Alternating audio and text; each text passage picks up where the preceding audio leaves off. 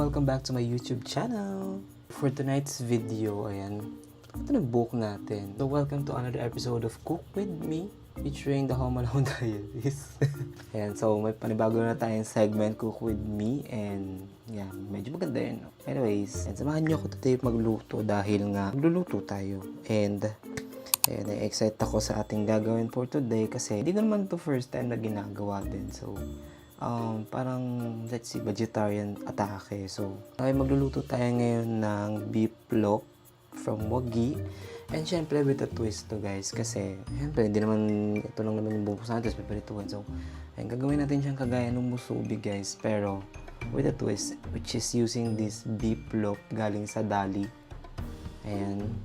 Siyempre, kailangan natin ng mga twist, and at the same time, kailangan natin maging practical dahil sa panahon ngayon, hindi na biro ang mga presyo ng bilihin. Kahit sabihin natin meat, pork, or chicken, lahat ng karne or lahat ng mga bilihin ay hindi na din biro ang presyo. Kahit naman siguro ito guys, so sabihin natin mura to, pero siguro kung merong Dali before, mas mura to, pero sa ngayon, ito ay pinakamura na nabili natin. Parang magkano lang ata to? Parang 19 lang ata to. Not sure kung ano ang quality niya, pero let's see. Kasi first time ko lang siyang gagamitin and lulutuin.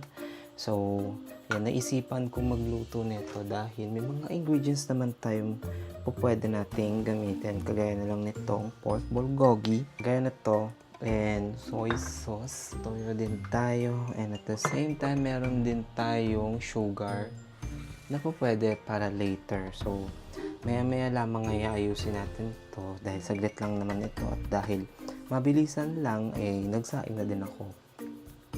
Hindi ko lang alam siguro kung masarap ba to, pero mamaya titignan natin kung ano lasa niya. So babalikan ko kayo and kita-kita tayo. We're back guys, and ayan, simulan na natin ang ating palabas. So for now, ang gagawin na muna natin, ibubuksan natin itong Wagi beef loaf, 155 grams net weight. So ayan siya. Madali lang naman kasi open can. So ito yun siya, and yep. Tapos sa baba, so gamit natin tong easy to can opener ng Glad. Ayan. Yep. It. Ano ba to? Ayan. So pressed. Ang tigas nyo. Yun.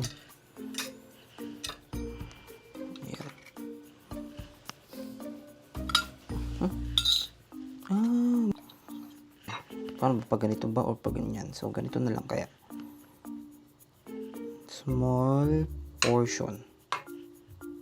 Ayan. Ilang hiwa kaya po pwede? So ganito guys, sa nyo.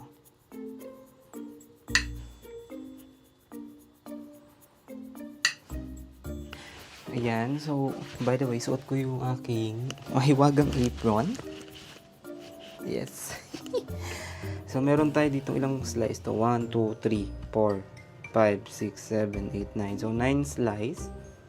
So, bali ilan kayo? Kung ano ba tatlo kayo, tatlo, or kung dalawa, 4 and 1 half. Ayan. So, ang next naman natin ay tayo ay gagawa ng kanyang Suez. Ano ba? Kasi yung ginawa ko na nakaraan sa sa tawag nito sa musubi ng spam. Ito siya guys. So, asan yung isa?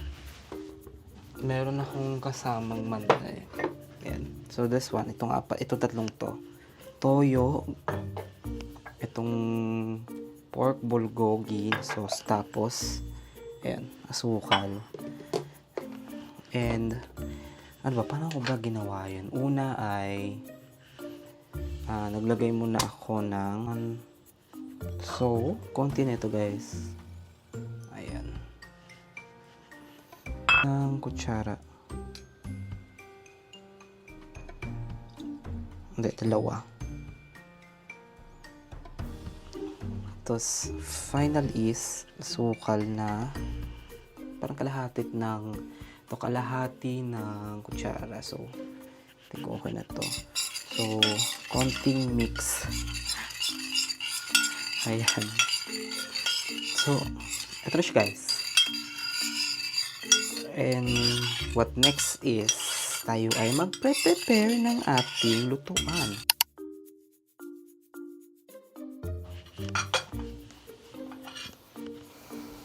I'm not sure kung kita ba lahat ng mga ginagawa natin. So, I think let's start our cooking dahil putik na yan, anong oras na. So, I'm gonna use my old version of my butane.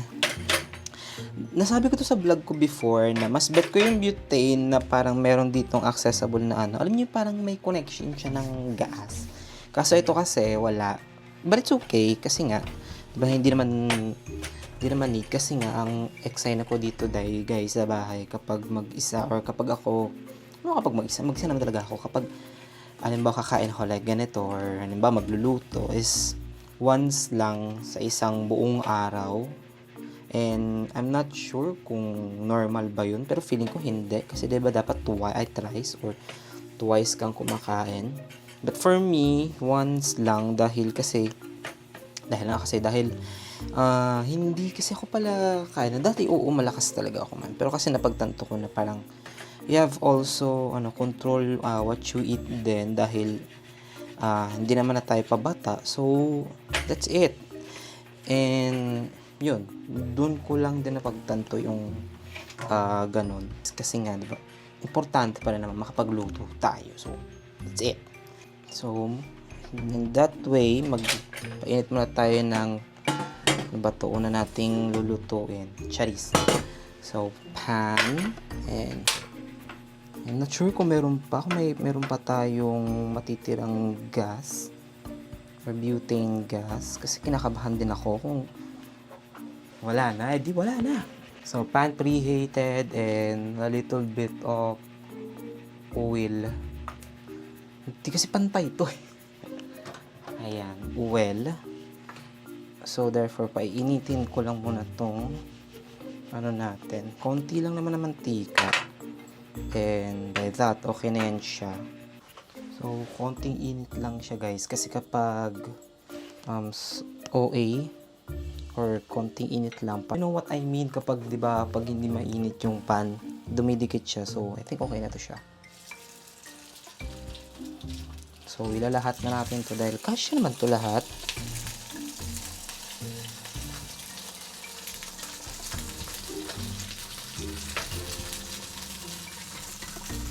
And first time ko din siya itatry dahil ano ba naman to guys? Hindi ko naman to alam.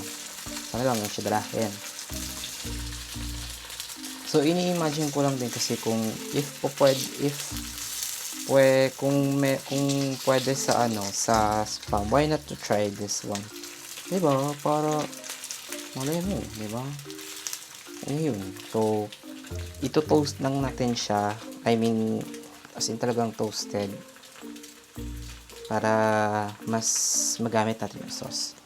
So, yun lang.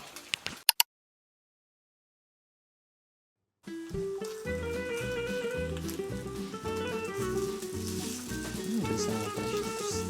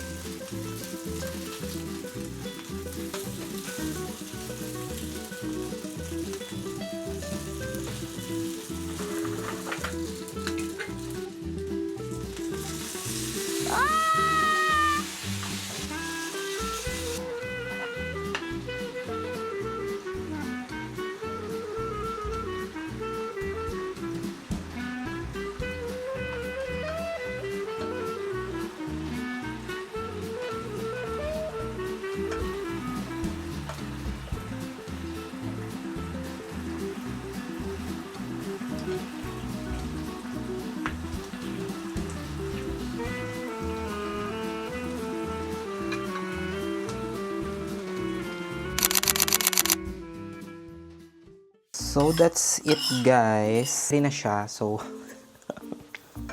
ayan.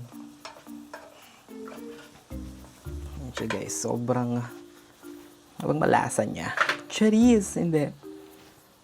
Pwede na siya, as in, dahil dinagdagan ko siya ng tubig, yung ito, para mas tawag na ito, para mas magpantay yung lasa niya ng maalat, maanghang, matamis, tapos matabang or walang lasa. Nilagyan ko siya ng tubig para carry siya.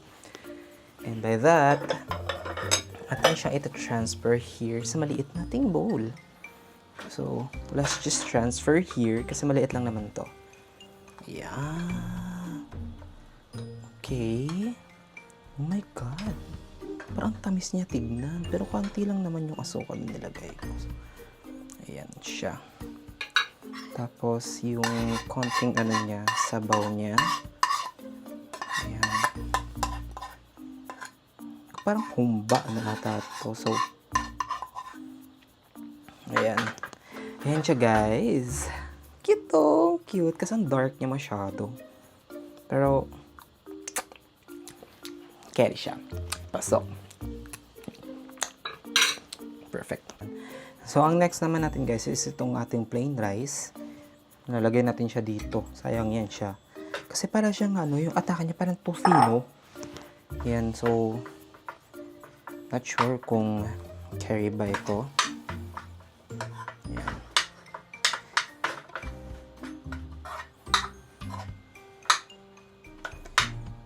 Diba? Para siyang tocino, pero iba lang kasi diba yung tocino. Yan, binibilad yun. Yung iba kasi minamarin nito. Ito kasi diretso. So, ang naaalala ko sa kanya is yung musubi talaga, guys. Yeah, so try it on. Yan, may natira pa naman dito mga sabaw. So, yeah. Yes.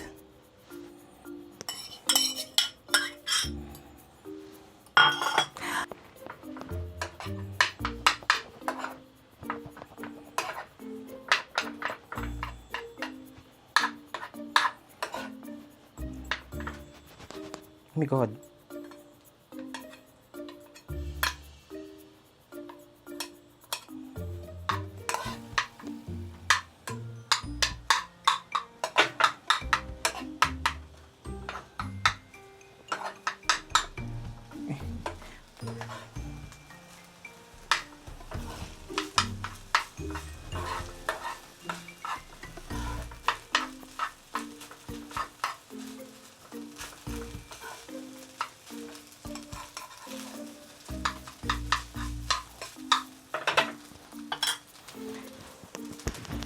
So, let's assemble the plate na.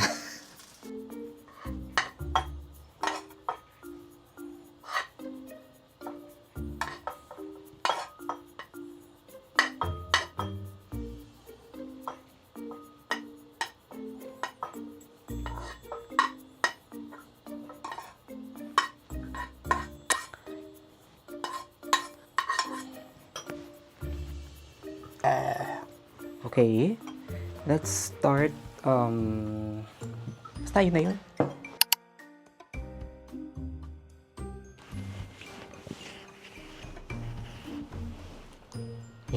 May nagpupunas. Joke lang.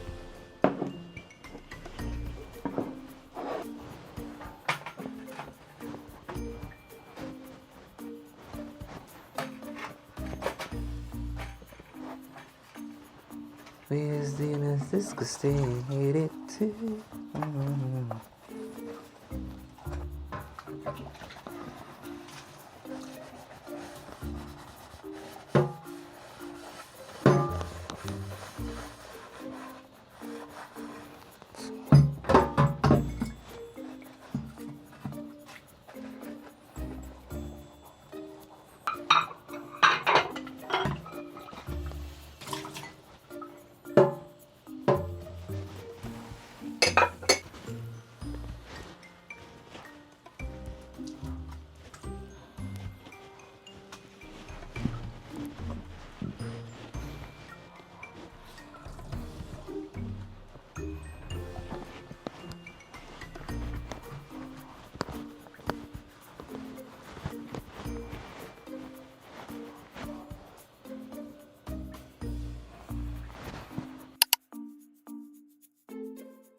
That's it guys for tonight's video. Ayan. So, luto ng ating beef loaf. Beef loaf musubi. Pero okay siya, di ba? Ang liit nga lang niya na portion kasi nga, ito lang yun siya yung lata. And then, meron din tayo ditong rice na galing sa fried rice din, but it's not fried rice na parang yan, ito, basta soy na fried rice, yan. So yun lamang guys, maraming salamat sa pagsama sa ating cooking vlogs, and yan, huwag niyo kalimutan mag-subscribe sa aking channel, Balong Fernandez, and abangan niyo pa ang ating mga susunod na Cook With Me edition dito sa ating bahay serye. So yan, maraming salamat and paalam.